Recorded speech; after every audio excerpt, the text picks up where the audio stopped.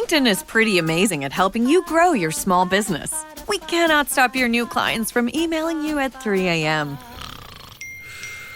We can help you sell, market, and hire in one place. We cannot help you be in 3 places at once. And while we can't help you organize your calendar, LinkedIn can help you land more clients so you have a calendar to organize. Grow your small business on LinkedIn. Learn more at linkedin.com/smallbusiness.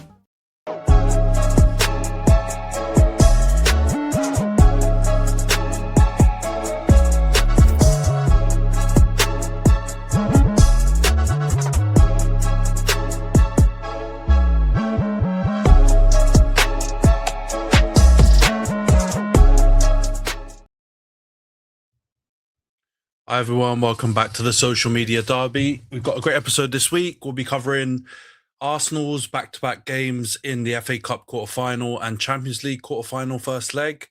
The same for Liverpool, and then also Chelsea's win in the FA Cup quarter-final as well. But before we get into the episode, for those watching on YouTube, please subscribe to the channel, like the video, leave a comment and share if you can. And for those listening on Spotify, Apple, or any other podcasting platform, please follow, give us a 5-star review. All of that helps us grow the pod. And of course, we're only the 2 of us today, but still, I still think we need to drop it. The views expressed in this podcast are for entertainment purposes only and do not reflect our real opinions or any affiliated person or organization. But yeah, Jonts, how you doing, bro? 2's up. Razor may join us as well in a little bit. But how you doing, bro? You doing all right? Yeah, I'm all right. Doing all right. Seeing Liverpool lose and Arsenal win, you love to see it. Yeah. Let's get into the Liverpool segment first, then, I guess, because we haven't got Kem on the pod, and they obviously just wrapped up their game with PSG just now. 2-0 defeat. Could have been more. Don't really remember Safanov having to do anything in the games, so. Do you think they'll be happy coming out of that game only 2-0 down? Considering what actually happened in the game, yes, they should be, because I can think of probably 3 different opportunities where PSG could have scored on top of the 2 that they already had. I mean, the penalty, in my honest opinion, I think it shouldn't have been a penalty, right? So I'm okay with the decision, but you see a lot of those ones, once they're given, they don't get turned back, overturned, right? So that's why I saw Dembele blaze one over the bar, if I remember correctly, and then Nuno Mendes completely fluffed one near the end as well. I feel like it easily could have been 5-0, and like you said, I don't really remember Liverpool having a chance, like a clear-cut chance on goal. And Safanov is quite a dodgy keeper, so you'd expect that they'd be able to get something. If they even just tried to test the goalkeeper, it would have been pretty blatantly obvious. Because he would have left it. So I think they're going to be very, very happy to come out of that game with only 2-0. I think it, very easily could have been 3, 4, or 5. Yeah, I agree, man. I think at points PSG looked like they were kind of toying with them. Dembele had quite a few opportunities. He had one in the first half still where he, it was a really nice move, and then it fell to him kind of inside the penalty area. And he scuffed his left foot shot, and it was quite an easy save for Mamardashvili. So PSG, it was kind of like they were coasting. I kind of feel like they didn't properly go for it, and they weren't as clinical as maybe we've seen them in some other games. Think of Chelsea and a few other games where they just, every shot they had, they almost scored. But the quality level, I think if you compare to last season when these 2 teams played in the, was it round of 16? The quality levels have gone in opposite directions for both of them, don't you think? Like PSG have just, they look like such a well-oiled operation right now. I agree with you, the keeper's dodgy. I don't know why Liverpool didn't just have pot shots and just try and see what was going on with him, because he was flapping around all over the place and he just doesn't look very assured. But apart from him, the rest of their squad just looks so well oiled, and Liverpool just looked the opposite, man. Back 5, Konate was super lucky. He was verging on the edges of doing bozo things constantly. Virgil was twerking again. Like, just it just doesn't look good, man. And what do you think about I've seen some discourse saying that Mamardashvili could have done better with the first goal. Do you reckon it's harsh, or do you think he takes some of the blame for that one? I think a world-class goalkeeper probably saves that. Not saying they catch it, probably shit over the bar or something like that. I think a good goalkeeper, they probably let that in. And that is exactly where Mamardashvili sits for me. He's a decent goalkeeper. But if that was Alisson at his peak, saying that, if that's, I'm going to say Raya, Courtois, Joe and Garcia, he'd probably leave that. So I think it's harsh to call him out for it, but they are Liverpool and they should have, or they do have a world-class keeper in their ranks. So you probably would be a bit disappointed. And particularly, I think the commentators were mentioning it, right? Last year, Alisson was a man in this tie, right? Alisson really saved their arse on a few occasions. And I think probably the difference maybe showed a little bit today. But like I said, I think you could have put 3 goalkeepers in there and they still would have lost. Yeah. And that tells you something, but also that's still PSG could have still. I think they could have finished this 4-0, 5-0 if they were even just half as clinical as they were in some of the other games we've seen recently. So that just goes to point towards the quality gap between these two teams now. I literally think now, going back to Anfield, even though 2-0 is not insurmountable, I just can't see a world where they turn it around. Like, not this Liverpool, not with like the fans and the vibe around the club so low. I can't see how they're going to be able to turn this around, because let's say PSG are a little bit more clinical in the away leg. 1 or 2 chances, they can bag one goal, 2 goals, and then I think that will kill all the momentum immediately. Do you think the tie is still over, even though it's only 2-0? I think the tie is over as soon as you are down to PSG, because I mean, regardless of what happens in the next tie, they are going to score, right? And I think the only way you beat PSG is if you get into a gunfight with them and your attack is better than theirs. But then you look at their attack and you think, whose attack is better than theirs? Right. So you really have to be defensively untouchable, I think, to stop them from scoring 3-4 goals. So yeah, I think the tie is over. I mean, that's not to say that Liverpool won't make a good fist of it. I'm sure when they get them back to Anfield, it'll be a closer game there. And you've got to believe that Liverpool will at least score. But I mean, once you let up a 2-goal lead to PSG, barring a miracle, they're going to score 1 or 2 goals against you, whether you're at home or not. And unless you're out here scoring 5 goals, which I mean, I don't see happening. PSG's defense is not, like one of the best in history or anything. They're good, man. You've got Marquinhos. I think they were saying he's played 516 games for them, right? Like he's been consistent. Pacho looks really good. Hakimi, one of the best wing backs or fullbacks in the world. On the other side, Nuno Mendes, who you'd argue is the best fullback in his position on that side. I mean, unless Safanov just throws the ball in his net 4 times, I don't know how they get through and come out the back of it winning. Yeah, I think that's the only thing. I mean, don't get me wrong, that back 4, offensively, class. Pacho, recovery, very, very good. Marquinhos is their stalwart there. But like you mentioned, they're not impenetrable. Like a very good attack. A Barcelona, a Real Madrid, a very lethal Bayern Munich, Olise cooking it up. You know what I mean? Those kind of attacks, I think we've seen that too. Didn't Bayern kind of give PSG a bit of a slapping earlier as well? So that kind of attack can do something. But this Liverpool one, the way they're currently performing with Ekitike's form nosediving, Salah's nowhere to be found. But again, ghosted in this game. I can't see how they can do it. I could see them maybe nicking a win in the tie and making it a bit touch and go. But I can't see a world where they overturn this. But They knows? haven't got enough pace in the attack, I don't think either. I mean, I think the teams that you see that would do relatively well against PSG are like the Barca's, even the Newcastle, like a much lesser extent. The ones that will break on you really quickly and have got three like pacey attackers.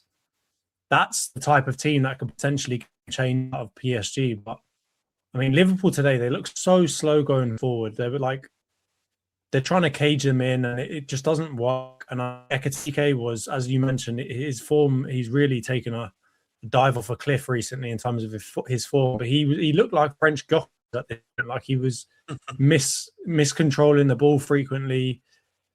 I mean, honestly, I don't see how the way Liverpool are playing and have played this season. I don't see any way that they win that game. Like I'll be honest with you, I'd be willing to put a bet on that they don't even score.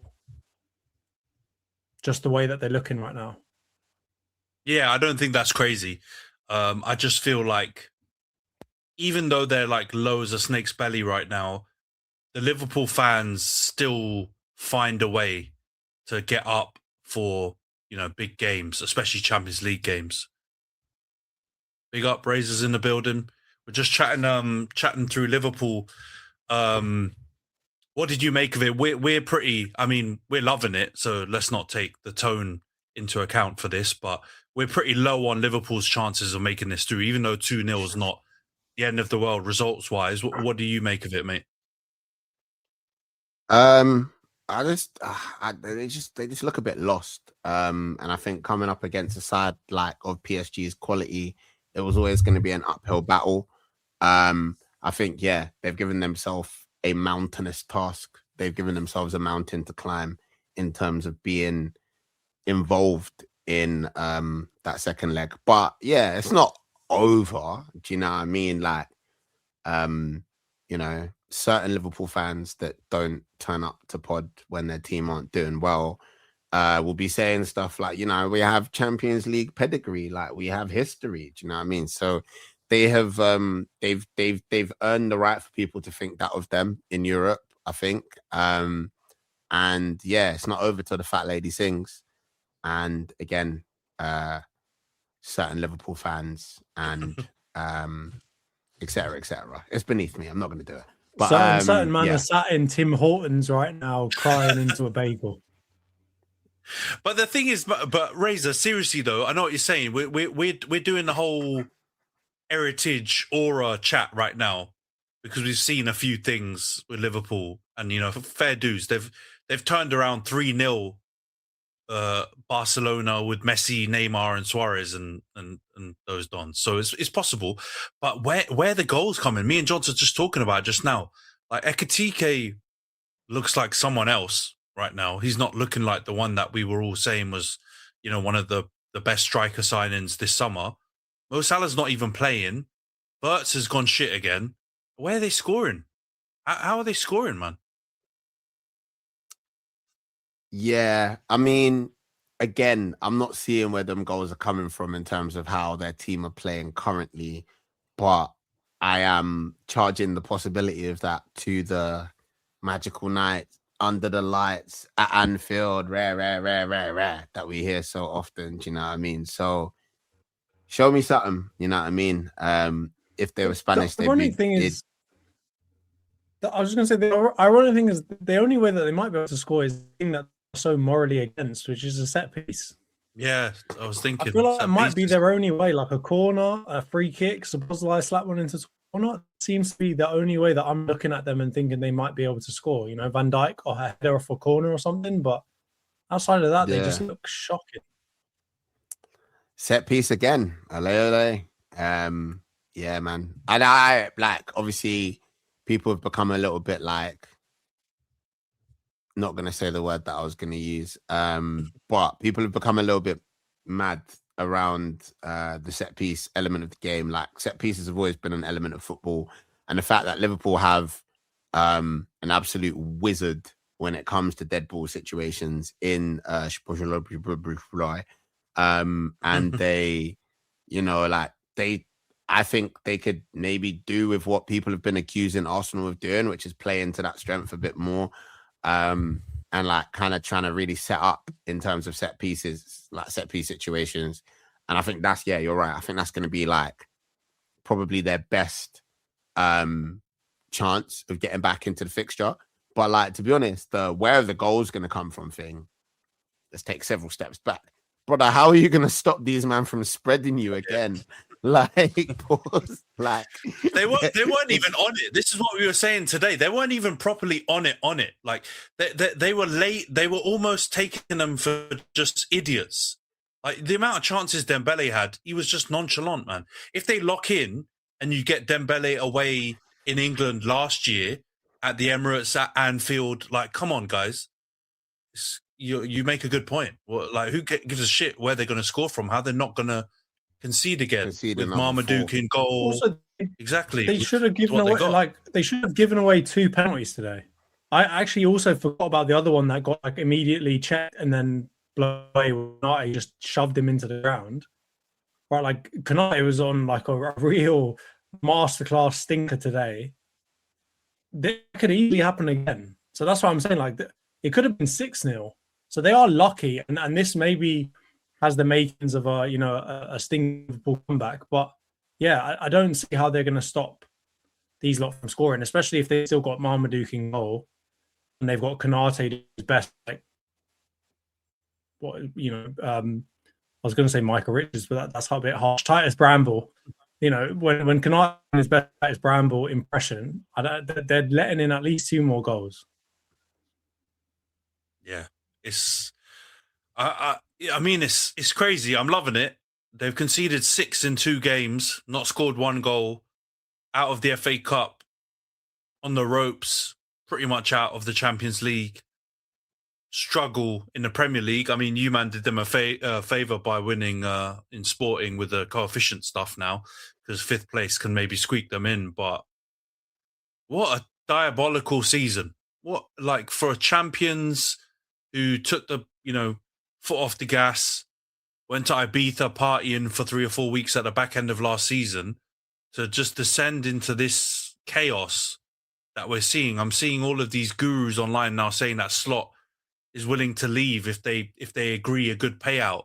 Like, apparently Wirtz has come out and criticised Van Dijk, or gone against Van Dijk's claim that they gave up in the game against City. Like, it's all popping off, man. This is beautiful stuff. I love it. This is what was happening to us in the last few years, but this is, do it the right way. Liverpool struggle. Yeah. It means more. Yeah, exactly. Man City, let's quickly let's wrap up Liverpool segment before we get into the Arsenal one. Got their cheeks clapped as well on the weekend by City 4-0. I actually thought they started the game all right. Like, they were so wasteful. Mo Salah, Ekitike again. They had chances. They should have probably gone 1-0 up or 2-0 up even. And then, the defensive disaster class started. We have to bank this one, guys. That is Virgil van Dijk's worst performance I've seen. Giving away penalties. Nearly every goal he was involved in a bad way. Losing his man, playing someone on.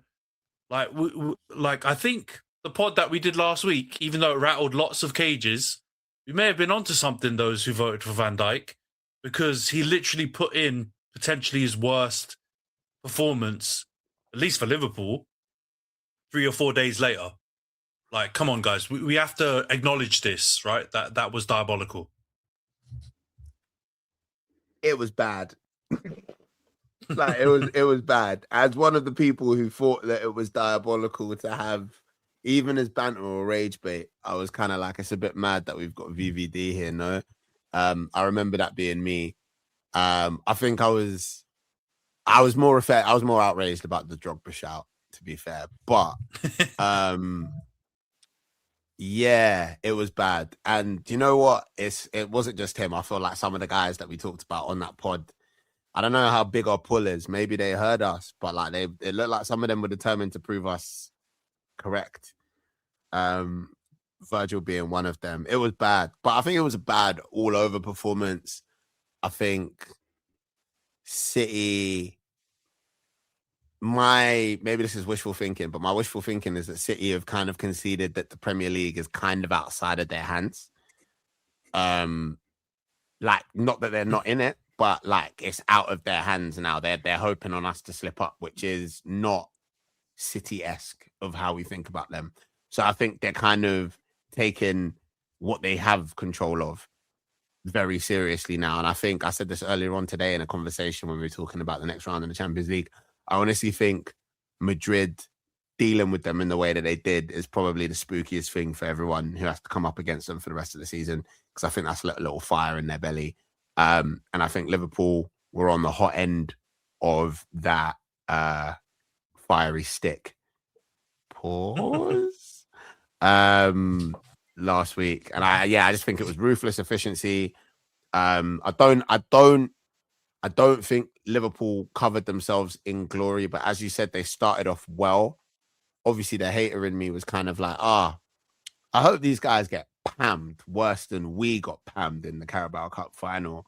And then they started off and I was like, snap, looks like they're going to turn up today. But the hater won. And I'm not mad at all. You know what I'm saying? So again, certain Liverpool fans don't turn up to pod when their team gets embarrassed. I've heard that some of them Liverpool fans are not even watching their team get embarrassed in real time, which is poor. Can't even call yourself a supporter. Eating donuts. He's eating donuts, bro. He's eating donuts somewhere in Watford. That's what's exactly happening right now. And he's celebrating, participating in these cups.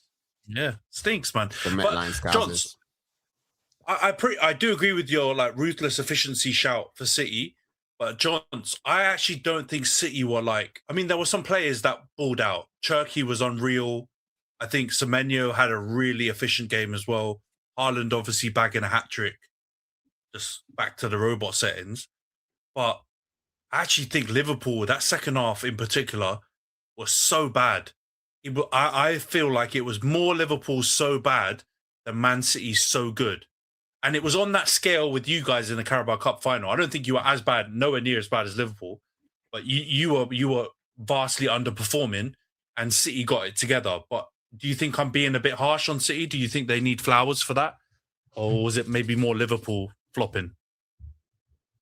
I think it's a combination of both, right? Like there's a sign in that game where like City did hit like flow state. I think they were already probably 2-0 up at the time, but they did start like they were in their prime again. And the reason I say that is because it got to the point where they were toying, like just the same we said PSG were toying with Liverpool today. It reached a point in that game where Man City were toying with Liverpool, right? And I remember when the fourth goal went in, there was still like 30 minutes to go, and we were like, this could get even uglier. And then kind of City maybe took their foot off the gas and didn't really care about like really embarrassing Liverpool. But I do also agree with your point that like Liverpool basically handed them the game. Like I don't know why, but after about 35 minutes, they just gave up. Like after 30 minutes, they were just like, we're done now. We've given it our best shot. This is where I probably agree with Van Dijk. I don't agree with him coming out and saying it, because I don't think you should ever come out and say that. That's something you say to the team in the dressing room or whatever else, but you don't come out and say that publicly. But I do feel like they did give up. And when we say they gave up, I particularly mean Van Dijk gave up. Because to put in such a stinking performance as the captain, as Mr. Consistent, the one that, you know, Carragher was saying, he makes the highest level look easy. You know, it's too easy for him, even when he's playing in these best fixtures. That game was the exact opposite, where he was just, it looked like he belonged in the league, and he was not anywhere near the level that he should have been to get anything out of that game. I think it's a combination of both. I think Man City definitely looked good at points, but I think you come up against a team that actually plays intelligently against you, sets up in a way that will stifle them, etc. They won't look so good. They won't hit flow state. They'll be more disrupted. They'll be a bit more kind of all over the place, as they can sometimes look this season. And I think Liverpool just, I mean, same thing happened again today. It really looks like Liverpool are not setting up, taking into account any of what they've learned this season. They just come out and they just try and play the same old thing, completely ignore the opponent and how that opponent might try and play, and they come out whatever they want to do. And then when it doesn't go their way, as it probably won't in most cases, they give up and just let the other team run riot. So I don't think it was like a vintage Man City performance, but it's definitely better than we've seen from Man City in the earlier parts of the season. Yeah, and I think Liverpool were, significantly worse even than other parts of the season. They've been pretty shocking, and even worse than that in this case. Yeah, I do agree with you though that if you're a City fan, I mean, you'd be baffling if you're watching this because we never really talk about City that much, but like, I agree that in the Liverpool game and the Arsenal game in the second half, there were moments when they were just bouncing the ball around, and it was like old City, like pass you to death, old City. The issue is even in their wins this season, haven't seen that. It's been a difference in style. It's been like the usual Pep tinkering around to try and find the right team, the right squad. The issue, I think, is this year he's probably found it a bit late in the league. Although it's still, who knows, maybe it's not late enough to help you guys get the league, but it's definitely late enough, I think, for them to be happy. But yeah, Liverpool in disarray. And I agree with you about the Van Dijk thing coming out and saying that they gave up. Crazy shout, but in a way, I agree with you. I think he's being honest. I think he just threw in the towel second half. I don't think he's been like that most of the games. I think when we've criticised him, he's made poor decisions. Which again, I think for the O'Reilly penalty, he made a poor decision. But I think after that, his head went and he lost all heart and he just collapsed. Which, if you're a Liverpool fan, seeing your captain, your leader, your greatest centre-back of all time, and all the hyperbole that comes with it, throwing the towel in, boy, it's not looking good, man. Especially when the defenders beside him are Konate in this current state, Joe Gomez in his current state, Kirkes on the left back, who I feel like is getting a raw deal now because he's not playing that badly, but he's still getting chewed out all the time by Van Dijk. It's just this is the real key to me, right? Like, I feel like the problem with Van Dijk, as Kim was kind of gushing about him earlier or on a previous pod, right? I mean, when it comes to his talent, his raw ability, his physical ability, his technical ability, and so on and so forth, he's got all the tools that have made him what he is, which is in conversation for one of the best centre backs we've seen in the league. I think the bigger problem we've got to worry about now is the attitude. He's surrounded by players that he doesn't necessarily respect. I think first of all, I think he's also surrounded by a manager and a style of football that he doesn't really respect. And as soon as it happens, he turns into Bruno Fernandes. I say that, and I say with the context that Bruno Fernandes, I don't think I've ever seen him give up. I've seen him throw his toys out the pram, and probably commit some cynical fouls and get really annoyed and this, that, and the other. But I've never seen him chuck the towel in and, you know what, I'm done now. And that's the biggest problem I've seen with Van Dijk over these last few games, these last few months, is that he genuinely feels like he doesn't even look like he wants to be there anymore. Like, he looks like he wants to get the hell out alongside of Salah. He wants to, wherever Salah's going to go, he'll go with him, because he doesn't seem like he gives a shit about the players. It doesn't seem like he's got a great rapport with any of them anymore. Like, he doesn't seem like he really wants to be there or be part of that system and that team anymore. And that is not something I've ever seen about Van Dijk. He can make a mistake. He can, have a bozo moment, whatever else. But to throw in the towel and to just basically say all of these lot around me are shit and I don't like this manager and this, that, and the other, like, that's something I don't know if you recover from that. Yeah, it's not something that's going to be easily solved for sure. I think the other thing we've got to just throw into the mix is his level's dropped. I don't know if it's physical, but his level, his performance level, as well as the attitude has dropped. And maybe that's like the chicken and the egg. We hear stories of like great players or like really top players, when their level starts to drop, their mentality is still top level, expecting high kind of, output from their performances, and they aren't able to do that, and that can cause frustration. Maybe that's also part of it, because the attitude has stunk for a little bit, but in previous games, at least his performance was better. He made the odd mistake here and there, which we were jumping on because it's uncharacteristic for him. But the frequency in clangers and number of goals you can point at him. It might be hubris and ego, you know, because one of the other things you've got to remember about a lot of these players as they get older and older is that they realize that they've got to change something about their game because they don't have, as you mentioned, like those physical raw attributes that just make them really, really good at everything. And I think you've seen that in some of the one-on-one situations. You've seen that with some of his positioning. You've seen that, you know, with his ability to kind of command on the ball. Maybe that's the problem also, is that he isn't letting go and saying, you know what, actually, I can't do all the things I used to be able to do, particularly in contact with the people that are around me. I'm going to change the way I play so I actually make a difference here. And maybe that's another thing that he just is not willing to do. And I mean, we've always said this, and maybe Liverpool fans will disagree. He does seem like a cocky guy. Like, he seems like he's relatively, you know, feeling himself. So it would make sense that, you know, he thinks, you know, I don't care if I'm 33, 34, 35. I ain't changing the way that I play. I can still do all the things I need to do. And he's trying all those things that he used to try, and he's not getting away with them anymore. Because he's, let's be honest, he even in his pomp, he was a risky type defender, right? Like, he does things that, you know, if you didn't have that raw natural ability, you wouldn't be able to get away with.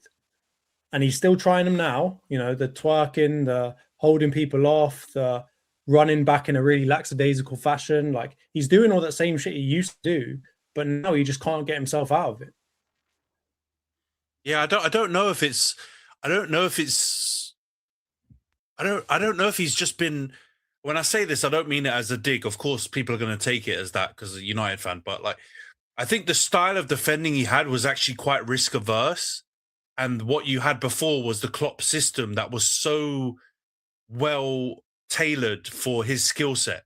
So he would be good recovering and then like basically shuttling with the striker and waiting until the last moment to make a decision, hoping that he can either nick the ball away or, you know, outmuscle the attackers. And 9 times out of 10, he'll be able to do that because of his physical skill, his reading of the game, and the other attributes that he has. And right now, I think the system is exposing him, and you're seeing that those like raw defensive instincts, to like what we consider with like a Sol Campbell, Vidic, a Terry, the ones who have that, like, although I know some of them had loads of other attributes, but they had that like the ability to make really big tackles, blocks, and like do the really dirty work. I think Van Dijk can't do the dirty work. I don't know if he's ever been able to do it, and that's fine because it may just not been his game. But he's been pulled into positions where I think that O'Reilly one's a great example.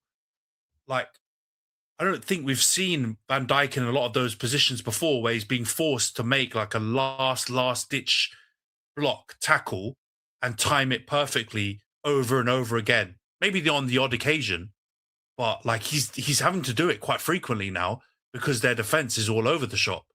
And you're now seeing maybe an area of his game which has not been that strong, and it's open season. But yeah, we love to see it, man. We love to see it. Let's move away from the Liverpool segment. Let's go on to Arsenal. Crazy week, lads. Unbelievable week, or 3 weeks even, with the cup final, which we talked about a little bit before. The FA Cup, which we'll get into in a bit. And then this big game against Sporting yesterday. 1-0 win, Kai Havertz in the last minute. Really clinical finish. Great work by Martinelli. But it was nip and tuck, lads. There were moments where David Raya had to make some... I've got to say, this double save is becoming a bit of a Raya trademark. You know, they're like, maybe the first save is not... Like, I actually think he probably could do better, like actually maybe keeping hold of the first save. But he's so quick to jump up and block the next one and just like completely kill the chance. And he made a couple of big saves yesterday. What do you make of it, Razor? Were you happy with? I mean, you're obviously happy with the win. 1-0 away, great. It's a great result. But you're also a bit more content with the performance, or do you still think there's improvement to be made? I think there's a lot of improvement to be made, but I think as is, we say this almost every time we talk about football, but definitely seems Arsenal, like everything is very reactionary in terms of how we discuss football nowadays. Do you know what I mean? And I think if you take into context a lot of the factors, like our form has been in a bit of a dip, the fact that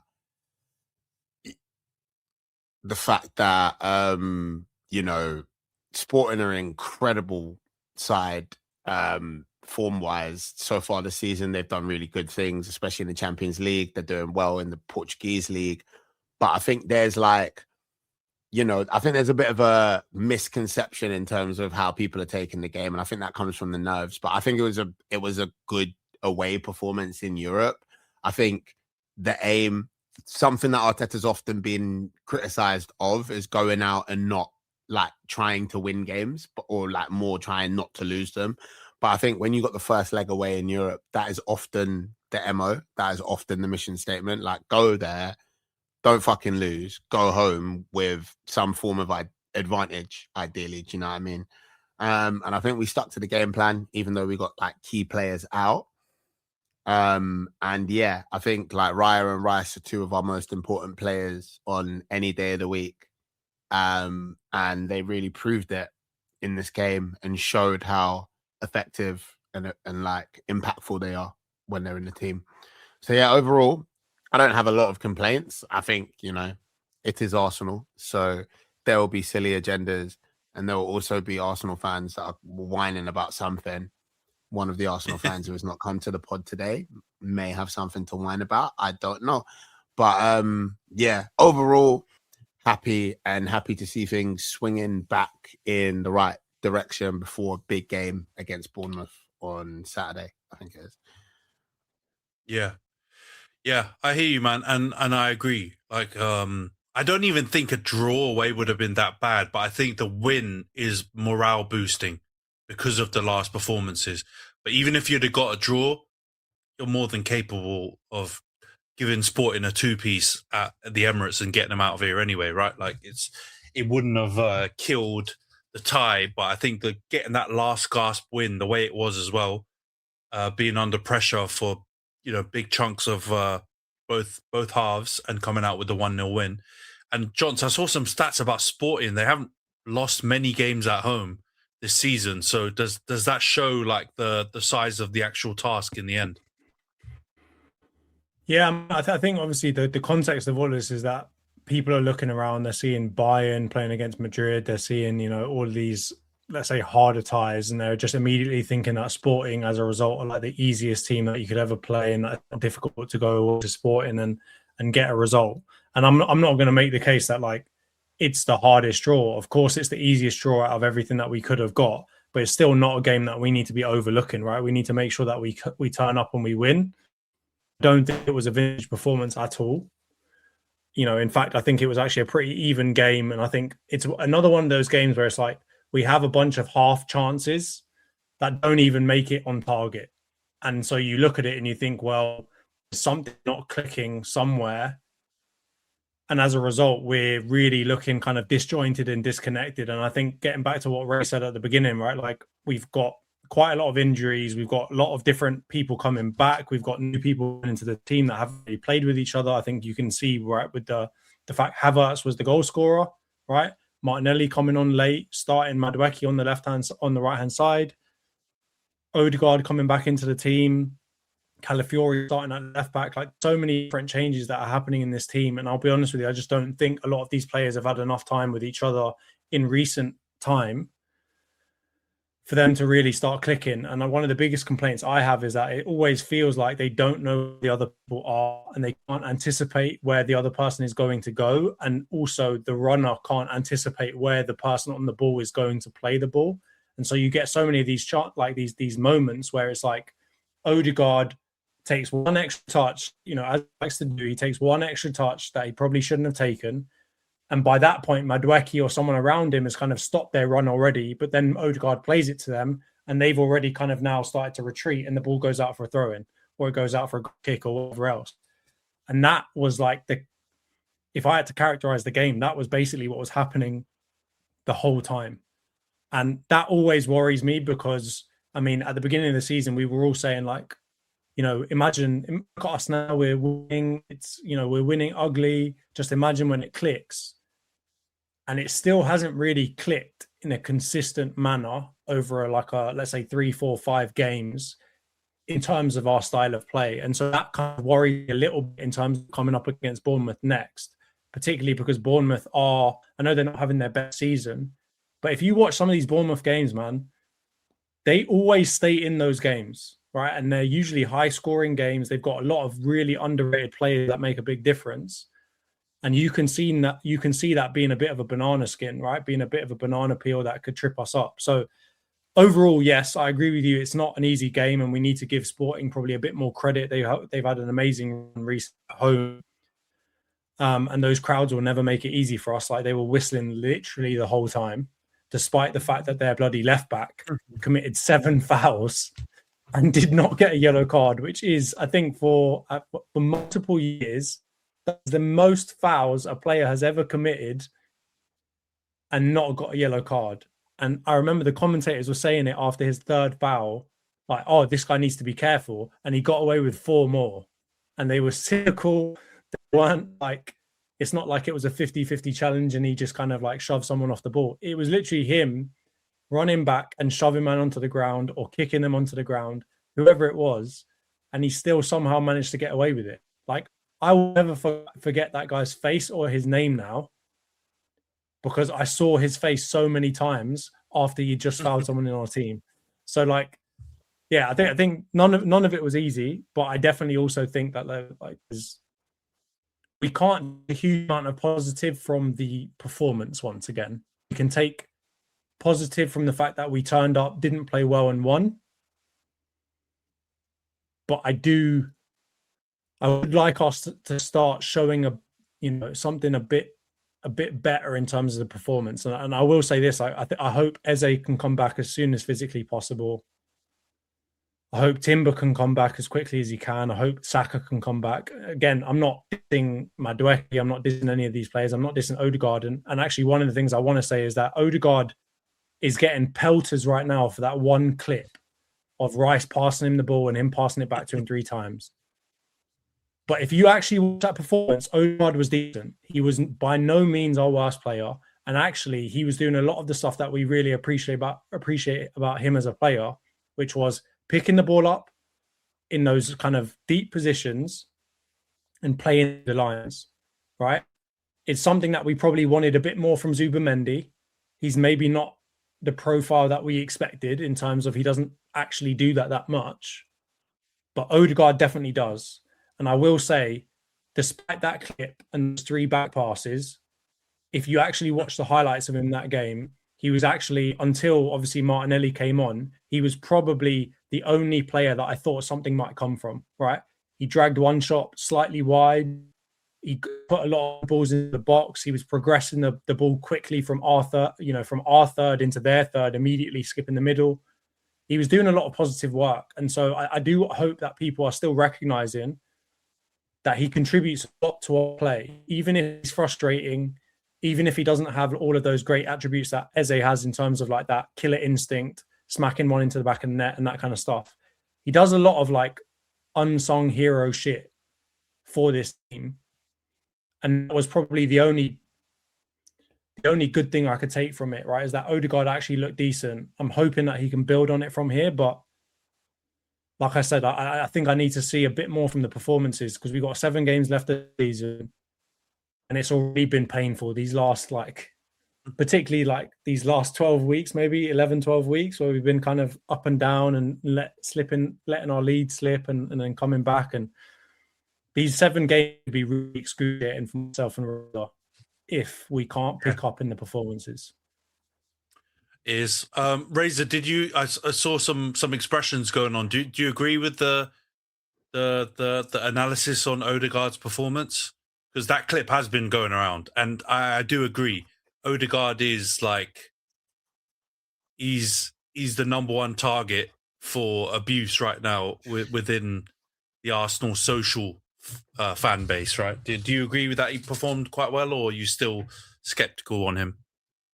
I wanna I don't want to be a part of his abuse.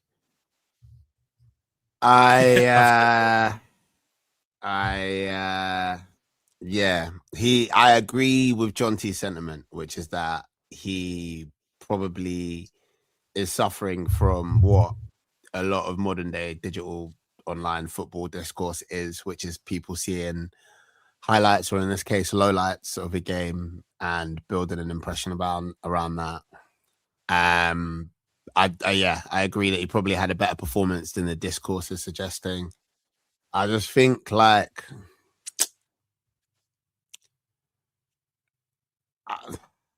that we need a player of his supposed caliber in his position, of his level of seniority. We need him to step up.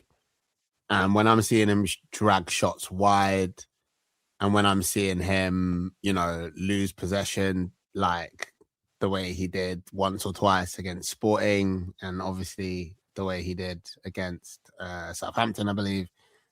Was it Southampton? Mm-hmm. The back heel? Yeah. Yeah.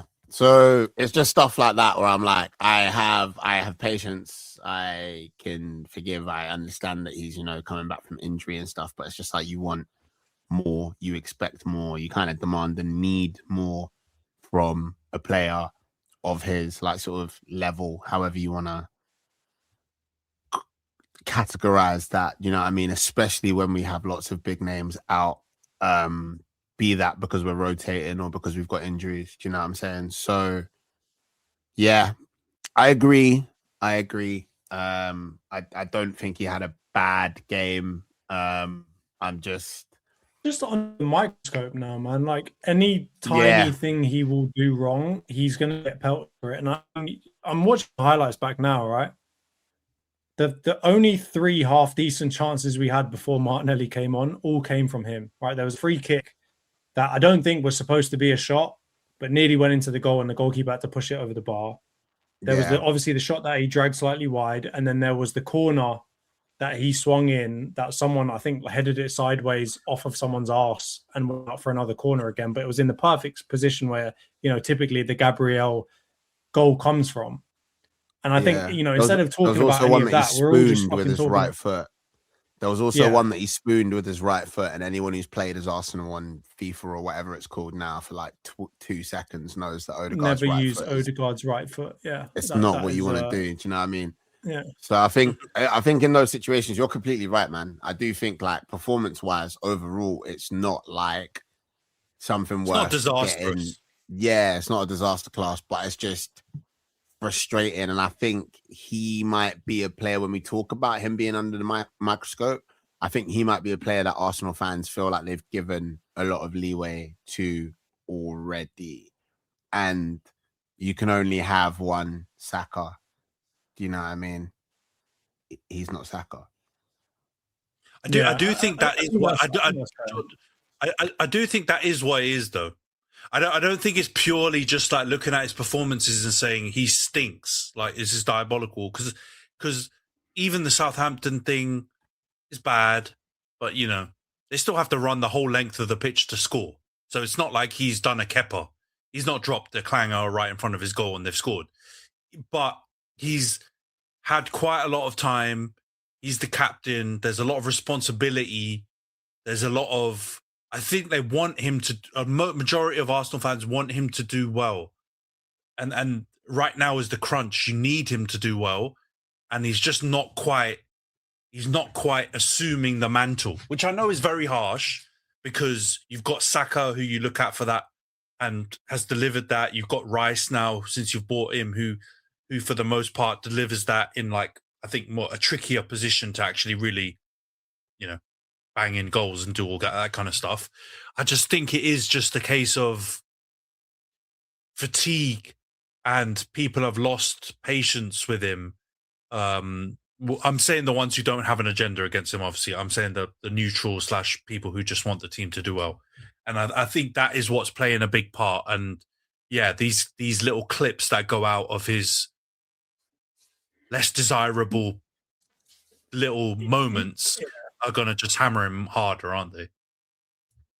This is the unfortunate thing about it, right, is that, like, he's somewhat a victim of his previous season, right? And we'll have this all how good seasons he had, right? But I think people are expecting him to be that, right? Like to score 15 goals and get 11 assists, right? Like we're expecting to get close to that, and he's definitely not showing that, and hasn't shown the last seasons, right? And I think that is obviously the point. I think that Razor's 100% right. You're 100% right, right? It's not just this. It's not just one performance that we're looking at and saying, oh, he stinks. It's that we've given him multiple crap performances. I'm not going to say that we've given him and just let him get off scot-free with them, because there's certain people in our fan base that have had it out from him from day one. And we have one in our group chat.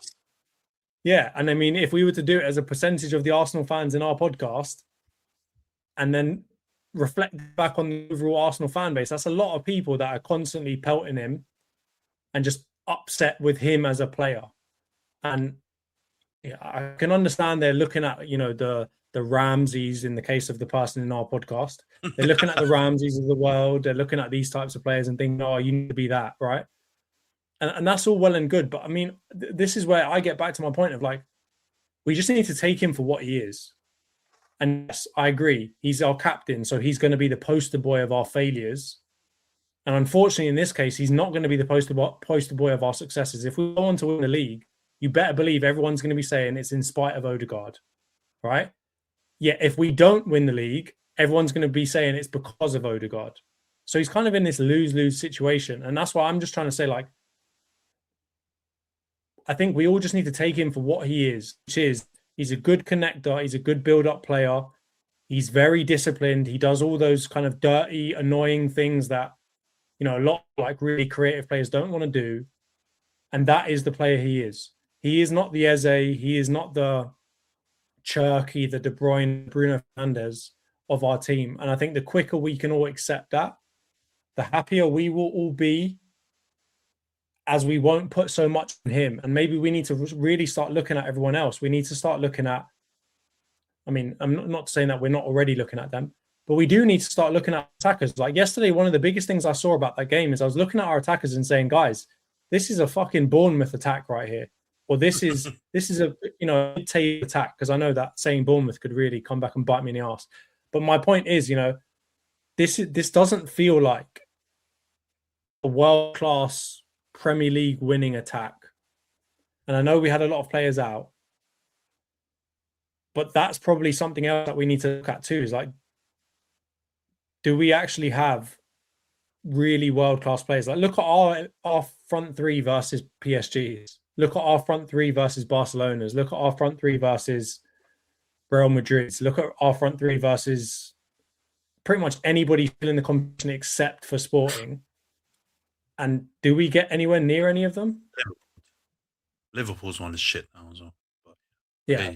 On So, paper, yeah, on paper at the start of the season, a lot of neutral fans would have taken Liverpool's front three. I actually think to this day, on paper, disregarding like how things are going currently and what might be in the balance now, I think a lot of fans would potentially, a lot of supposedly neutral fans might even take United's front three over Arsenal's front three, just in terms of having consistency in the level on the right and the left in terms of your best front three versus our best front three.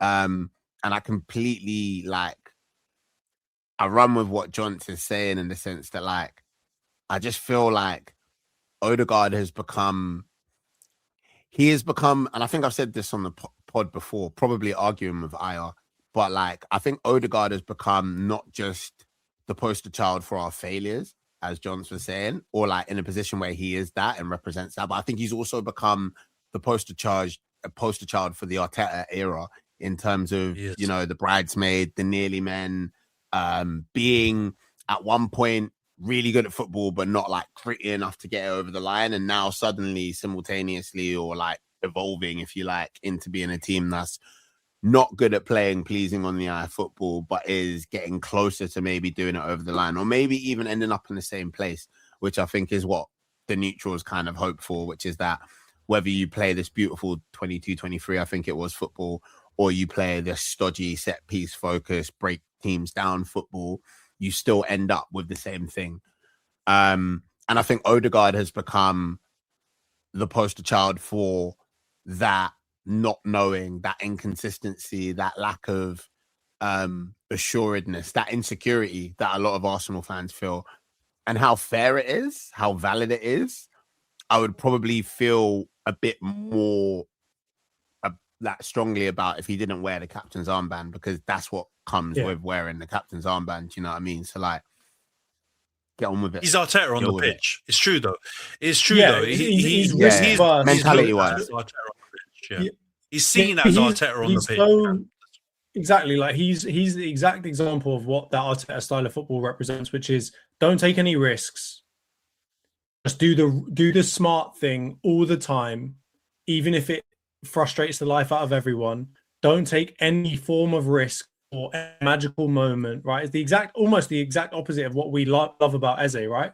He's not always going to do the smartest thing, but it's going to result in him doing stupid things, but also like, you know, him slapping one into the corner. And I think Odegaard is essentially the opposite of that. He's all in the right thing, taking all those touches, playing it back, and, you know, trying to pull the defender to him and this, that, and the other. And we're all just like, guys, that didn't get us for last years. Like, you've got to take some sort of risk, and he doesn't do that. The question I wanted to ask you, Johns, do you feel like when we were playing our best football of the Arteta era, this golden, almost golden, half golden era that everyone keeps talking about now, that they miss in terms of Arsenal, do you think Odegaard was still the poster boy for Arteta on the pitch during that? Has his game evolved or changed and dropped off? And is that because of him, or is that because of what the system has evolved into? I think his game has evolved into the exact style that we play now, right? So 22-23, I think he was swashbuckling, right? He was going out there playing really well with the right-hand side of the pitch, right? It was like him, Saka, and Ben White, right? We're really linking up well with that side of the pitch and getting a lot of success. Why he had so many goals, but also why Saka had one of his best seasons, why Ben White had one of his best seasons, right? And I think that also goes back to the mentality of Arteta's football, right? That 22-23 season, we weren't expected to do anything, right? Everyone thought we were going to come fifth or fourth or whatever else. No one was expecting we'd get anywhere near the title, right? And unfortunately, what I've seen is, like, I think Arteta is trying to maintain the progress, and that is his number one focal, you know, that's his focus, and that's been his focus over the last two seasons, is maintain the progress and make incremental steps forward. And I think what we're asking for is, like, take that extra step. Like, we might extend ourselves too far, it might not be successful, but take a bit of risk. Go back to the way that we were playing before. Go and try and do something that, you know, snatch the title away from everyone else. Don't just, like, the way I characterize our football today is 65%, 75% of the time, we will win the title with this way of doing things, which is we're not going to make crazy mistakes. We're going to break teams down. We're going to play the odds. We're going to play the probabilities, and we're going to hope that we win as a result, right? Whereas in 22-23, we weren't giving a shit about the odds. We weren't caring about probabilities. We were just saying, you know what? We're a young team. We're going to go out there and play our style of football, and whatever happens, happens, right? And I think that's the change I've seen in Odegaard's style, is that he takes fewer and fewer risks as time has gone on, right? He gets into positions. We've seen it so many times. We break a team, and we're like, Odegaard, pass the fucking ball. Pass it to Martinelli. Pass it to Saka. Pass it to Gyökeres. We just, like, make it out of your feet, take a maximum of 2-3 touches, and play the ball to someone else. And what does he do instead? He keeps touching it, trying to find a perfect opportunity to put someone through that's going to literally be on a plate with them, and they can't fuck it up. And that is the evolution of his game. It's matched to the evolution of how Arsenal play and our general attitude and mentality, which is look for the perfect opportunity. And it's certainly that, you know, under Wenger, we used to get called the team that passes the ball into the back of the net.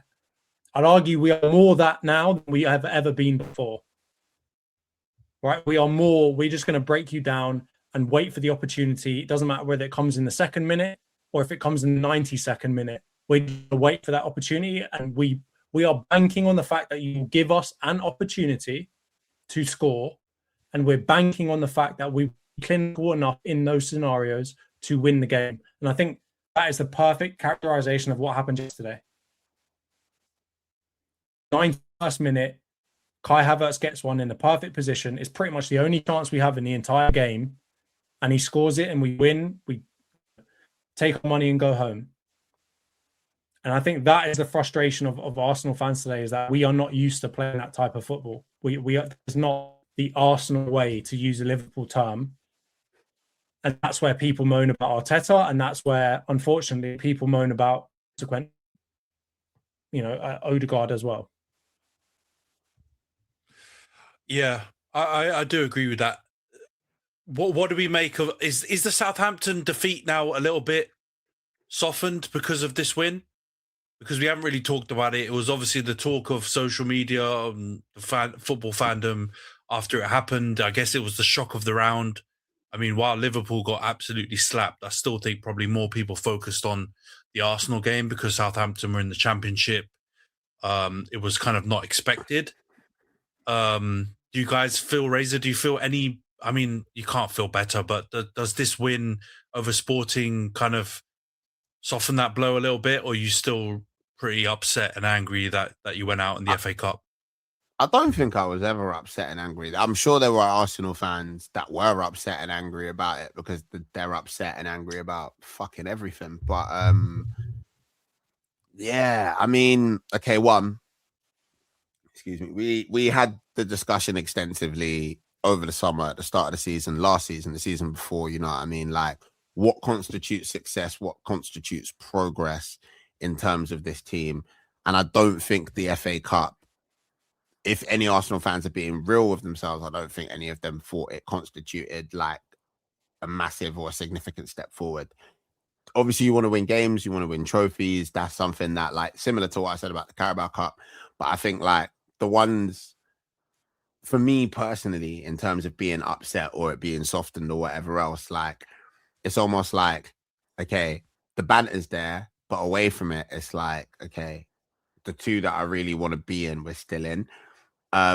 People like Kem who've been doing up, I'm not even gonna just refer to him because it's him, doing up quadruple you must, like, right, cool, they get their like 2-week banter memes or whatever else, you know what I'm saying, on like the internet and that. But if we're being really like serious about it, like, one, I don't think you can do what Arsenal do in terms of being like, oh, we've won the FA Cup so many times, or the FA Cup is it's such a prestigious tournament, and then get upset about being the victims in a giant killing. Do you know what I mean? If you want to call it a giant killing, because respect to Southampton, they're not a little boy club. You know what I mean? They've been in the Prem recently. They played some fantastic football on the day, and they wanted it more than us. They were way more up for it than us from like pretty much start to finish. Do you know what I mean? I thought we were going to nick a draw, go through to extra time, and anything could happen. But even then, like, it would have been harsh on them. And I think, yeah, like, for me, in terms of if we're talking about how upset I am, do you know what I mean? Am I disappointed? Do I think we could have played better? Do I expect maybe more from the club? Do you know what I'm saying?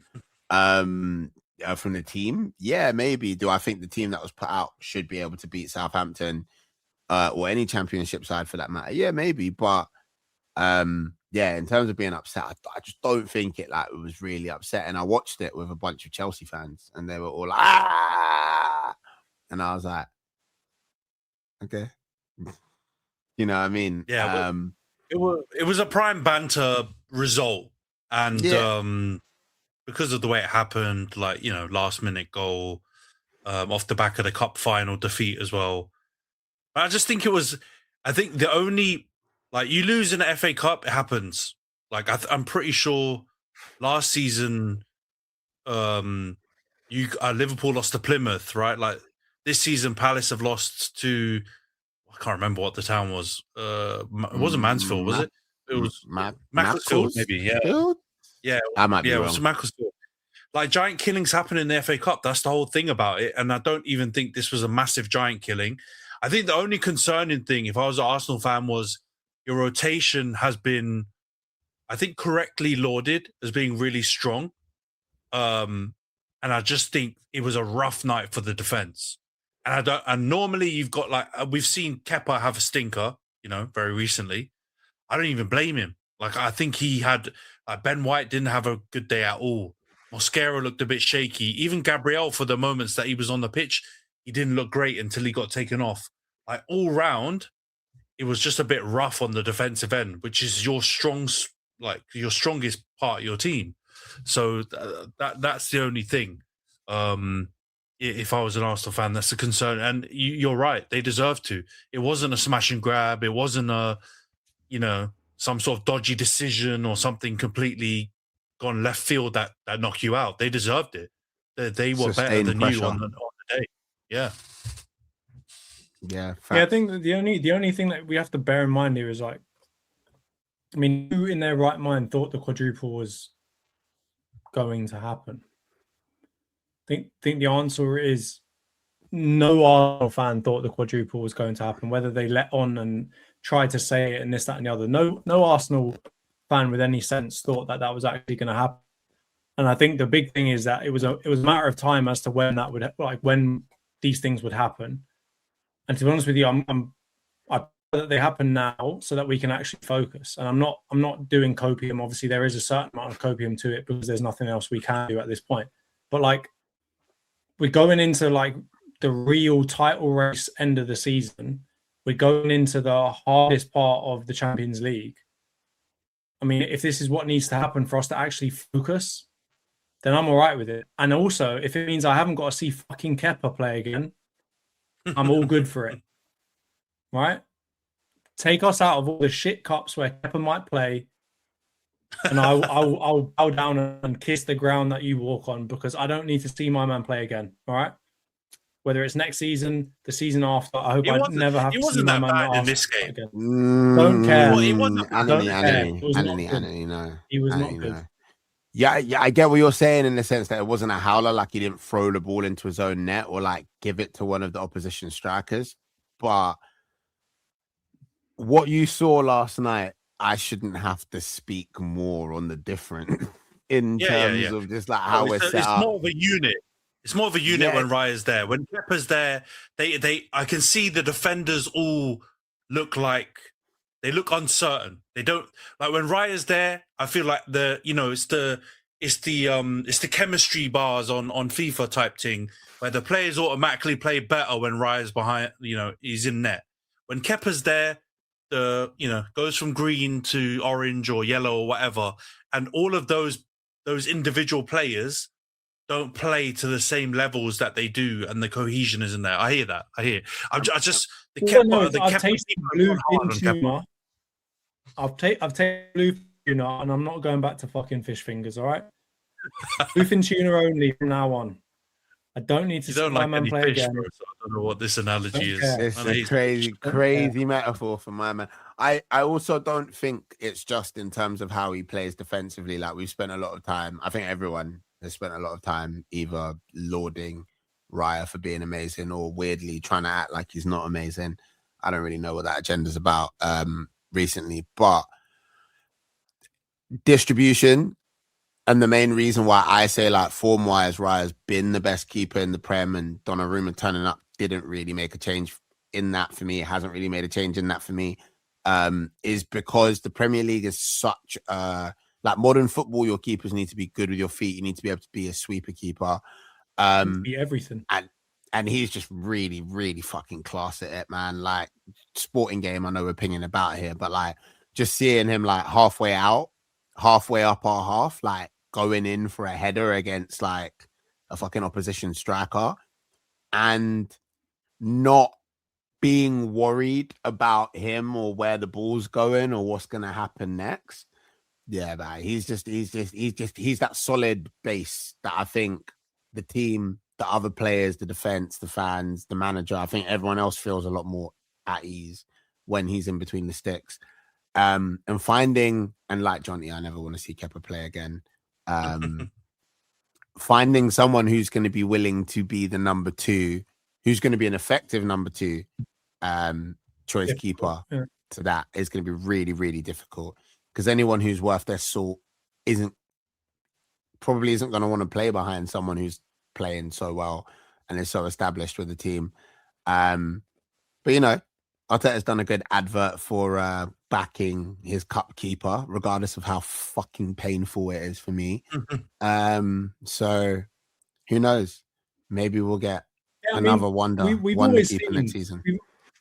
We've always seen he's a principled man, right? Like, I saw that interview that he came out and they were asking him about, you know, how does he react and how is he, what reaction has he seen from his players and his staff? He protects all of them. And that's where I'm fine with what he's got to do. Like, of course, I hope he's learning from all of these different things. And I hope he's definitely learning from the cap thing, right? A final is a final. Put your best goalkeeper in the net, right? Especially if you're coming up against Man City. If you're coming up against weaker opposition, fine. I can kind of understand it. But you're coming up against arguably the best striker in the world. Don't mess about with your second choice keeper. Even if your second choice keeper was like prime Stefan Ortega or Kelleher, it doesn't make any sense, man. Romero. So that's where I think he's learned from that. At the same time, like, I can't cuss him for the same thing I love him for, right? I love him for the fact that he is principled.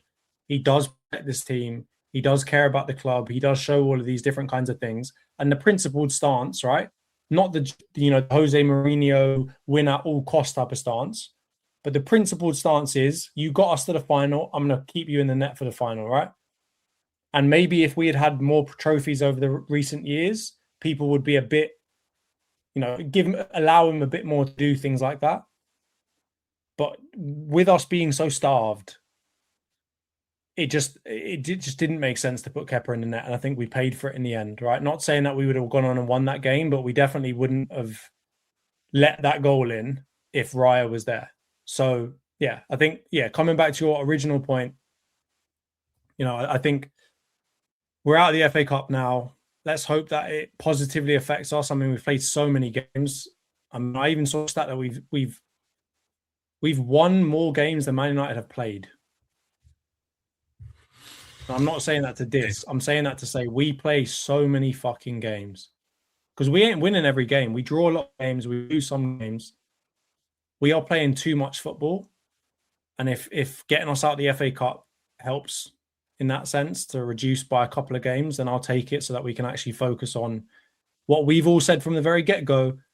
We have to leave this season with a major trophy. And I'm not using major trophy in the sense of a Chelsea fan with the Club World Cup and this bullshit. I'm talking majors. I'm talking Premier Leagues and Champions Leagues, right? And everyone said if we don't leave with one of those this year, Arteta's got to go, right? That was the big argument. So I'd like to see us focus and put all of our energy into those things now. Not that we have a choice. I've seen... Yeah, I was going to say, this is not really optional anymore, but I do get your point. I have actually seen some crazy takes where Arsenal fans saying, even if you win the title, the way it's going, they may want a fresh break. But I do think that's just emotional anger in the performance. They're all fucking idiots. Yeah, they can all take a fresh break by going and supporting another team. How about that? Here we go. Let's segue into the Chelsea off the back of that point that John's just made. But before we do, shout out to Arnie Slot in the chat. Agree with you, brother. Let's keep the ball man in the job. We love the suffering. And also Heavy for the shout out as well. Big you lot up in the chat. Chelsea 7-0 Port Vale. We're gonna fly through this one. Does it mean anything? Who gives a shit? I found out Port Vale is in Stoke, which is cool. We learnt that on the weekend, didn't we, Johns? But apart from that, I mean, what is it? It was. I don't know if that's cool. Game. I don't know if that's cool. Fun fact, bro. I don't know if it's fun. It's a fact. It's a thing you guys learn. We've all learned where Port Vale actually is now, which I imagine everyone came into this call not actually knowing that. So we've learned something. Yeah, exactly. But I think we should glide past the win. We all expected Chelsea to win as badly as they've been performing. They went full strength. Rosinha wasn't messing around. So we knew that they meant business. You guys talked about focusing on bigger fish to fry, in other words, right? Your big trophies that you can try and win. This is the only thing they can win, right? So they need to go all out for it. I hear it. Well done to them. They got the win. And yeah, they've got now. Was it who have they got in the next round? Is it West Ham? Oh no, Leeds. Sorry, Southampton. in the next round. Oh, Yeah, Leeds. no, it's Leeds. It's Man City, Southampton. Yeah, so I mean that is a potential banana skin because Leeds have done them twice this season already. So yeah, we may not see them in the do final. me something, Daniel Farker. Yeah, come on. Turn up, my friend. Honestly, Leeds are decent, man. They are decent, so I wouldn't put it past them. Patrick, please. Yeah, his old club as well, isn't it? Let's talk about this business with a suspension because, to be honest, that's the main thing I've been hearing about Chelsea in this last week, right? So, for the background on it, Enzo was obviously flapping his gums during the international break, talking about how he likes Madrid is similar to Buenos Aires. I've heard lots of people say that's not true, but you know what I mean. He's clearly twerking for Madrid. Cucurella came out, in my opinion, saying like more damning things about like the club's model, the setup, the approach, everything like that. Enzo ends up with a 2-game suspension internally. I think Rosinha called it a sanction, and Cucurella hasn't been sanctioned. Johns, what do you make of this business? Do you think it's is this Rosinha just doing his David Brent, Ted Lasso style stuff with management, or do you actually see why he's giving him a suspension? I see why he's giving him a suspension, and I'm of the belief that he should get a suspension. If people are coming out and saying stuff, I mean, I've seen numerous comments, like from Jose Mourinho saying, "Oh, it's just a harmless comment. It's Madrid after all, this, that, and the other." Mate, Chelsea are not supposed to be a small team that you talk about like in this way, right? They're not supposed to be Brighton as much as they're trying to copy that model, right? They're not Brighton. They're not a feeder club, not a stepping stone for bigger teams, right? They're supposed to be the big old Chelsea. And for essentially your captain or your vice captain come out and say, oh, it'd be a lovely place. He knows what he's doing in saying all of that, right? His agent knows what he's saying. Everyone knows what he's saying in doing all of that, right? Whether Madrid would take him or not, completely different question. And my belief is no, they wouldn't, because they've got significantly better centre mids already. But you can't be stupid to come out and say that didn't mean anything and it was a harmless comment. But the part that stinks is exactly what you said about Cucurella. And it's he's not the only one. There's been like 3 other players that have come out and spoken this season about the madness that is Chelsea. And I'd argue his comments were arguably the least damning. As you said, he didn't actually come out and diss Chelsea too much. Whereas Cucurella literally came out and said, I don't know why they made this decision. Other players have come out previously and said something similar. And the fact that they all get away with it and he gets a 2-game suspension is the part of all this that stinks. If you're going to do the Arteta or Aubameyang thing, you've got to do it for everyone, right? If you're trying to create this culture of accountability, of team spirit, etc., these are all of these players are accountable and all of them are part of your team. You can't let some of them get away with saying mad shit about your ownership and about your team and about this, that, and the other, and then penalize the guy that says that he likes Madrid. Right? Like that's the part I think that stinks out of all of this. And I think particularly with the fact that Mr. Word Jumble comes out every 5 seconds and says some more bullshit about he's trying to create like the perfect team spirit and this, that, and the other. Like that is a prime way of actually messing up, in my opinion, messing up the team spirit. Because if I'm Cucurella or if I'm Enzo, if I'm Enzo, I'm going to look at it and say, what the fuck? You giving me a 2-game suspension and these guys are getting away with saying all this shit? Like, I'm your vice captain and you're going to do this to me? Like, I'm getting into my Denzel Washington bag, You're doing this to me? I could have put cases on all you bitches. That's the kind of like feeling that I've got right now. And that's what I'd be having if I was Enzo. So I think, yeah, he deserves one, but they all the other lot deserve one too. And I'm not saying that so that they have like half their team out, because that literally would be the case. They'd have like no players to actually field a team. But that stinks from the perspective of saying all the bullshit about trying to create a team spirit and then unfair, or not unfairly, but like inequitably punishing people in different ways. Razor, I want to throw this at you because is it a case that maybe Enzo has caused more uproar since he's been at Chelsea? He obviously had that whole incident with Argentina and France, and like he's been, let's be honest, he's a little rat. Like he's always getting himself into dramas on the pitch, off the pitch. Right. Let's be real. I know Cucurella is pretty aggressive, but off the pitch he just seems like a bit harmless, right? Like he doesn't seem like he's causing dramas. Is it the case that maybe Enzo in the background, there's something maybe that we're not seeing? And like his agent, by the way, who's Javier Pastore, by the way, I don't know if you man saw that, is a baller that we grew up on. That makes me feel mad old, right? But like, is it a case maybe he's doing bullshit in the background and that's why he's got the ban? Or do you think it's just Rosinha moving mad? I think, for starters, thinking that Rosinha is in charge of absolutely fucking anything at Chelsea Football Club is hilarious. I don't think he signed off on this like sanction, as he called it. You're not the fucking UN, mate. Like, just it's a suspension. It's an internally imposed fucking. Send him to The Hague and all.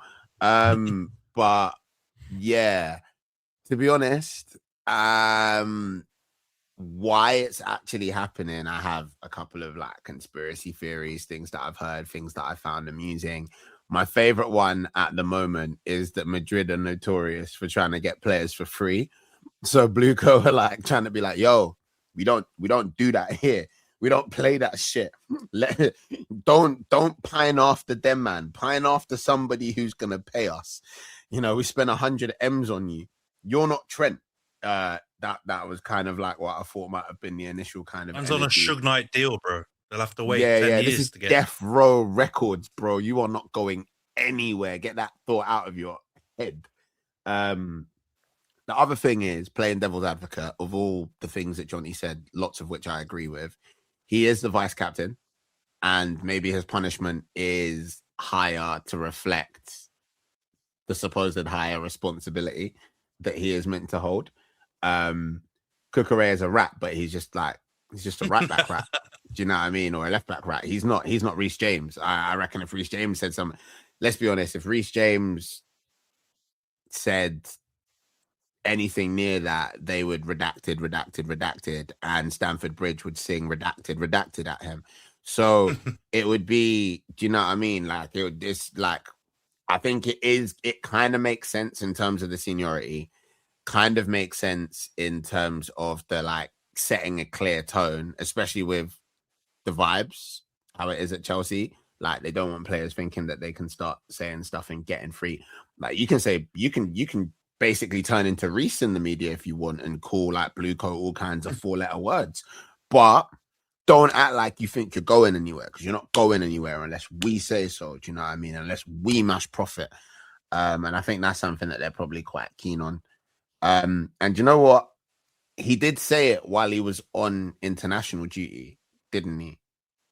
This whole like discourse.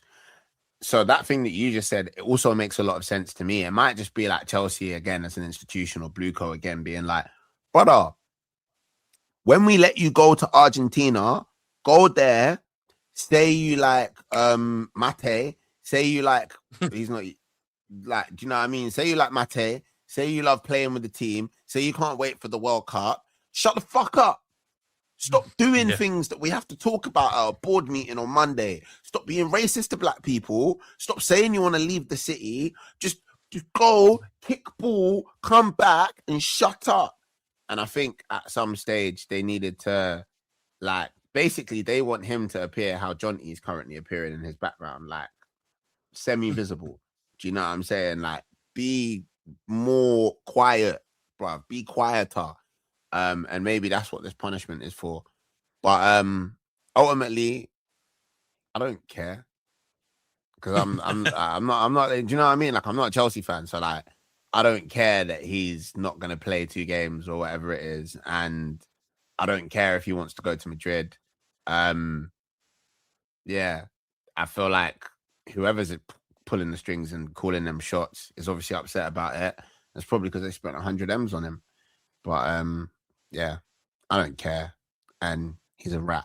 He's not a bit of a rat. He's a rat. Yeah, I hear you, man. I to be honest, I don't think those are conspiracy theories. I think they're totally logical, make sense, man. But yeah, let's see. He'll be back against us, so we'll see what he's saying when he comes back to play. And this next segment is just me and it's just me telling everyone United are still alive. We still exist. We're not playing right now. You can click this Dublin. up for the United segment. We still exist. We're playing very soon. Pinky promise. Come on, United. All right. Let's go on to the game week 32 preview. Can I ask one question? My Muslim brethren on, told me a rumor. That the last time United played football, it was still Ramadan. Is that true? Bro, I'm not going to put it past that being factually correct. It's been a minute, man. I can go down the technical route and say we're just like 1 week later than everyone else because it was the international break, but it's despicable, man. I'm watching training, videos of them in Dublin or wherever it is in Ireland. Like, We're back starving. in pre-season. Yeah, we're starving. Exactly. 3/4 season training. Yeah, it's a mad thing. All right, let's go on to game week 32 preview then. But before we do, prediction league, I'll drop the update. I gave it on the last pod, but I'll drop it again for the audio listeners. Jonty is still first with 111 points, 18 correct scores. Reese is second with 107 points and 19 correct scores. Io is third with 103 points and 15 correct scores. Kem is fourth with 100 points and 16 correct scores. Razor's fifth with 96 points and 11 correct scores. I am sixth with 93 points and 9 correct scores. Nash is 79 points and 12 correct scores. And he is the only person who hasn't sent me his predictions. So he can't get the full points this week. Everyone else managed to get predictions in. We'll start off with you, John. We're not giving him a Zambezi tax. I don't know. Everyone's gone on holidays since we've had this. He's back. Everyone's managed to make. He's back. He's in England. Okay, he's in England. Okay. He's on GMT. Oh yeah, I hope. This is the one time I hope Ken was watching, just because if that was me, the tic tacs in the group chat would be out of this world. But anyway, John's Arsenal Bournemouth. What's your prediction on this one? I'm going Arsenal 2-1. Squeaky victory. All right, Arsenal 2-1. Reese has gone 3-0 Arsenal. Io has gone 2-1 Arsenal, so he's fucking copied you again. Something's going on there. Kem has gone 1-0 Arsenal. Razor, what's your prediction on this one, Arsenal Bournemouth?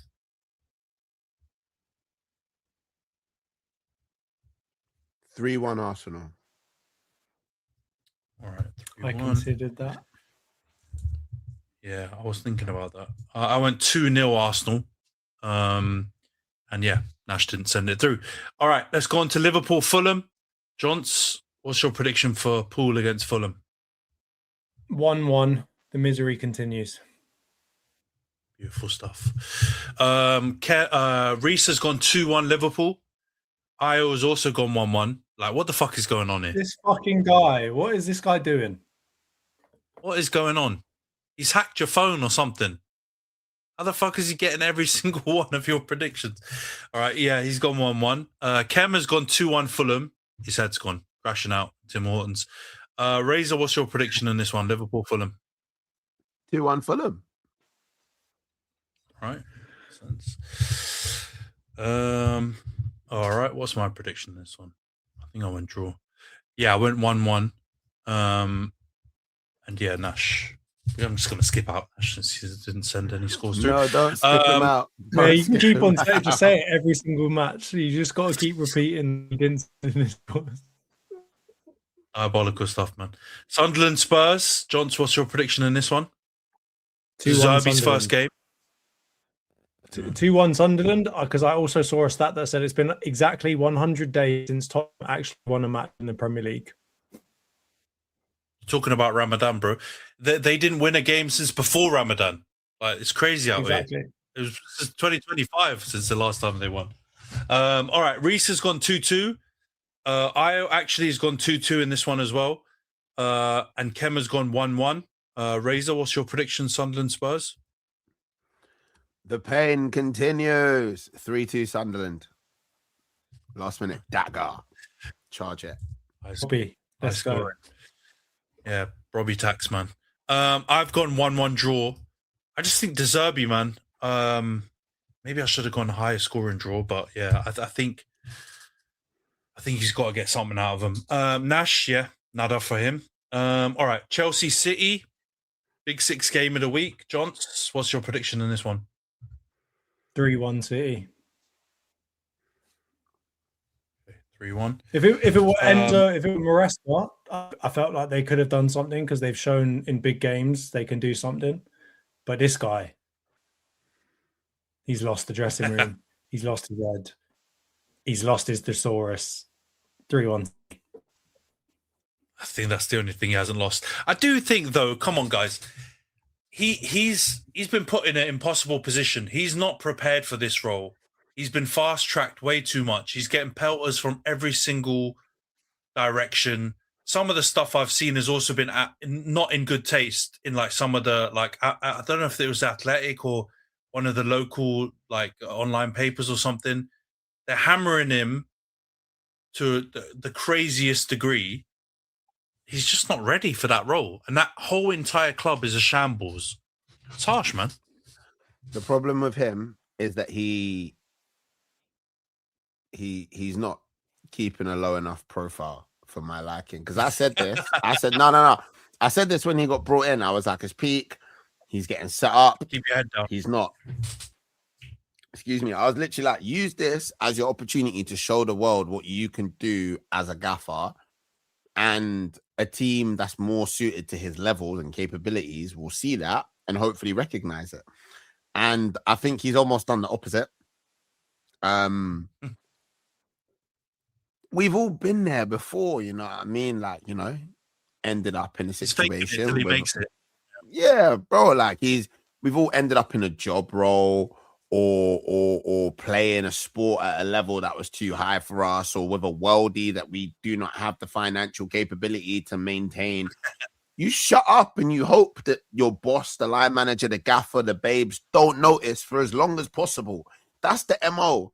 And what he's done instead is rolled around with a high vis badge going, I am Will from the In-Betweeners. Yeah, and yeah. I'm gonna use, I think, an analogy that Razor will particularly, you know, this will resonate with him. He should be writing and recording the album. This is not the album rollout, my friend. You don't need to be in every fucking magazine, chatting to everyone, playing your singles everywhere. You need to be in the studio, my son. You need to be writing and recording, and no one needs to be hearing from you for the next 3 years until you get to a point where that album is ready to be released. This is triggering, but I agree. Yeah, I hear it, man. I tried, Liam, bro. I tried. I feel bad for you, man. Reese has gone 1-1.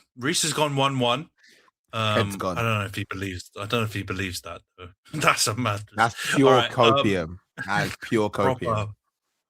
Proper. I was gone 2-1 City. All right, so it didn't copy on this one. Fair dues. Kemmer's gone 3-2 to Man City. Razor, what's your prediction in this one? PE Teacher FC 1, Bald Drippy Guy 3. Pep has definitely upgraded the wardrobe quite substantially in the last couple of years. He got that shit on. He's definitely sponsored by Stone Island. Yeah, he got CP Company is is City sponsor now, isn't it? So I think it's just part of the gig. All right, I've also gone 3-1 to Man City. Nash, nothing for this one. All right, United Leeds. Johns, what's your prediction in this one? Gotta wait fucking Monday. Honestly, the Premier League stinks. So many of your games. Don't act like you're not used to it. Don't act like you're not used to it. No, I'm never going to. I'm fighting against the machine. I'm raging against the machine. I'm not going to get used to fucking Monday night kickoffs. That stinks. Put us on Friday, man. We haven't played for fucking ages before Ramadan. You think you're SmackDown, but you're actually Raw. Just relax. Monday night is your time. Now on, bro. Just relax. Bro, it's worse than that. We're like fucking Nitro or whatever that shit one was. You know, the one that was like immediately after Raw that no one watched. That's what we are, bro. Yeah. What's your prediction? United I don't know Leeds. enough about wrestling to join in on this, but haha. Yeah. WCW. Just nod along, bro. Yeah. I've gone for 2-1 Man United. All right, 2-1 United. Reese has also gone 2-1 United. Io's gone 1-1 draw. Such a fucking hater, man. hates Kem you has gone guys with 1. all of his heart. I know. The annoying thing is he's not on the pod, but I can still hear him saying, yeah, and once again, I'm so fucking happy to see you guys struggling. Kem has gone 1-0 United. Razor, what's your prediction in this one? 2-2, mate. 2-2. Yeah. There's some Arsenal haterade going on right here. I was actually hoping for a differential. I was hoping that nobody got a correct score, and maybe I would have been the only one to go with a draw. But Lana's haterade has thwarted my plans. Yeah. I mean, I don't think it draws out this well.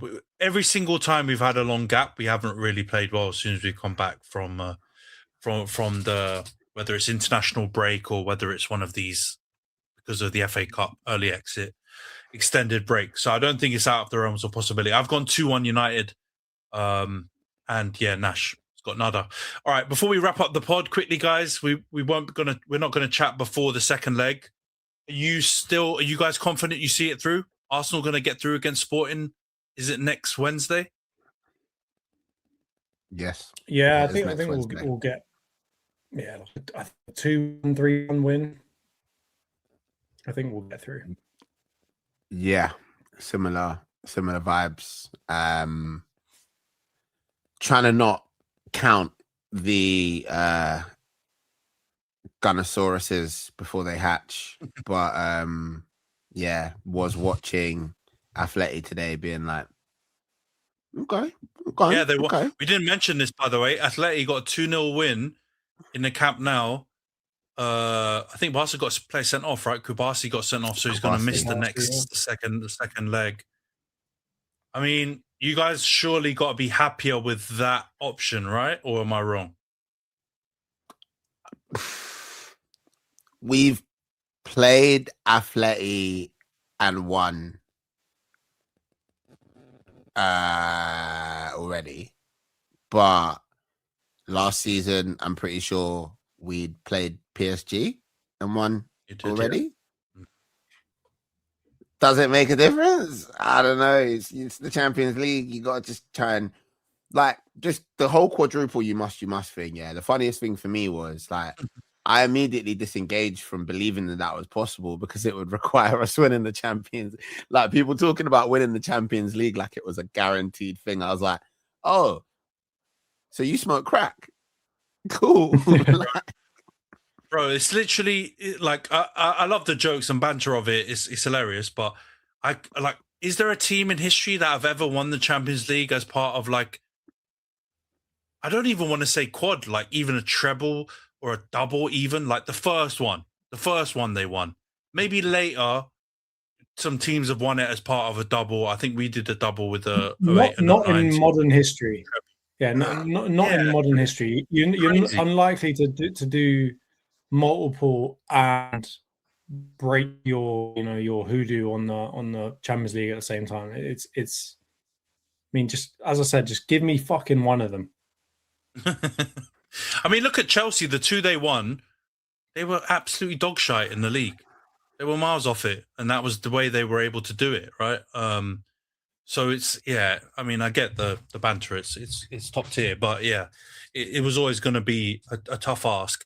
The only thing I would say on that is I definitely think stylistically Atleti are a better match because even though Barca play kamikaze highline football, the only players I can see on your team that can really take advantage of that is Martinelli. The rest of your attackers, maybe Gyökeres also could take advantage of that. I don't really see your attack. We talked about it. I'm not talking about it again. You don't have a counter-attacking unit to be able to really take advantage of that kind of play. And then because your defense has looked a bit shakier in recent weeks, at least, it's a lot to expect your defenders and Raya to keep out.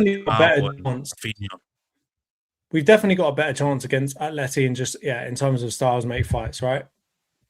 The only thing that I will say though is like we've got to come up against these types of teams, whether we like it or not, at some point, right? And we can't keep shying away from trying to face them. So there's a part of me, and I probably will live to regret these words, but there's a part of me that thinks, you know what? If we're gonna do it, let's have to play Barca. You know, let's have to play. Yeah, let's be having them to a certain extent. But I mean, like the way PSG are playing, I know that Bayern look crazy good, and Vince Kompany's doing an amazing job. But like, it looks like PSG are probably going to get to the final on the other side. I don't particularly want to come up against the style of football the first time in the final against PSG, absolutely slapping goals in against us, because that could get nasty. If you thought last year's final was nasty, it could get nasty again if PSG really want to time a peak with the Champions League final again. Okay. Either team on that side could get nasty. Bayern could get nasty as well. Oh yeah, for sure. But Bayern are like more of a known quantity. You know what I mean? I'd rather Bayern at this point in time, based on what I've seen, and that's not disrespecting them or their squad or the performances, and it's not purely on the fact that we won a game against them based on what I just said about PSG last season. But yeah, you know what, Jonts? In the first half, almost had me. Not gonna lie, I was like, whoa, I don't know what this guy's on. But yeah, you brought it back. I agree. I definitely don't want to experience that kind of kamikaze football for the first time in a one-off fixture. I almost thought I was going to put you on your second strike, because earlier on, John said Odegaard was in a lose-lose situation, whether we win or we lose. And I was like, yeah, but one of them, he's got a fucking Premier League winners medal. It's not really a lose-lose, is it? And yeah, I was going to open a case against you, but the Rico is resting for now. Yeah. Strong agree, but also what you said at the beginning is very true in the sense that, like, it's the Champions fucking League, man. Like, if you want to win it, I really want to win it. But if you want to win it, you're gonna have to be the best team. You're gonna have to be the best team in Europe, and that means beating whichever team you come up against. So I don't think we can shake at the thought of a Barcelona or even a PSG or a Bayern Munich. Right? We have to be in it to win it, and we are definitely in it. We've definitely got one foot in that next round, so got to act like it. To quote Timothy, stop shaking. Yeah, not at this stage. You're almost in the semi-final. You're gonna face good teams from now on, pretty much. All right, Liverpool PSG, they're done, right? We can wrap this up right now. Put skis. 6-0 on aggregate. Never. One man said never say never. The other said 6-0 on aggregate. And you know what? I'm going for the crazy shout. I don't know if 6-0, but yeah. Both your points earlier are right. I can't see how Liverpool going to score. Can't see how Liverpool not going to concede. That is a clusterfuck.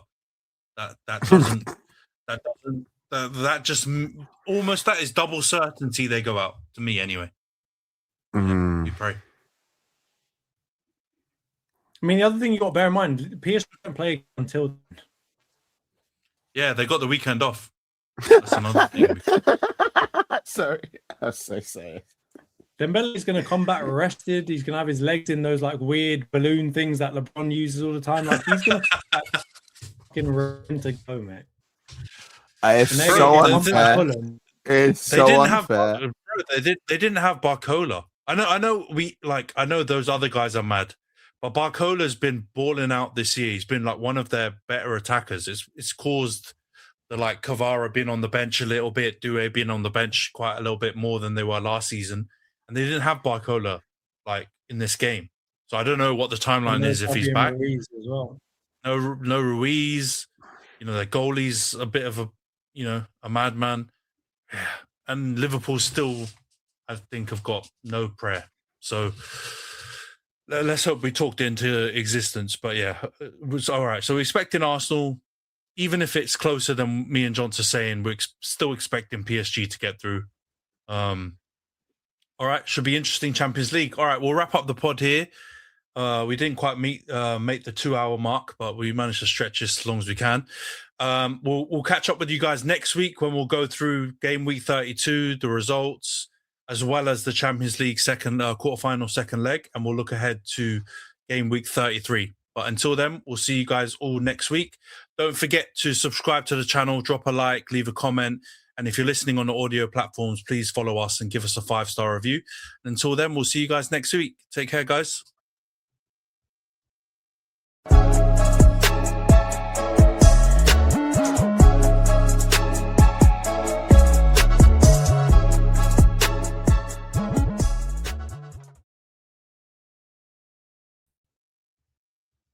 It's tax season, and at LifeLock, we know you're tired of numbers.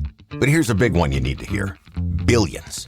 That's the amount of money in refunds the IRS has flagged for possible identity fraud. Now here's another big number. 100 million. That's how many data points LifeLock monitors every second. If your identity is stolen, we'll fix it guaranteed. One last big number. Save up to 40% your first year. Visit LifeLock.com/podcast for the threats you can't control. Terms apply.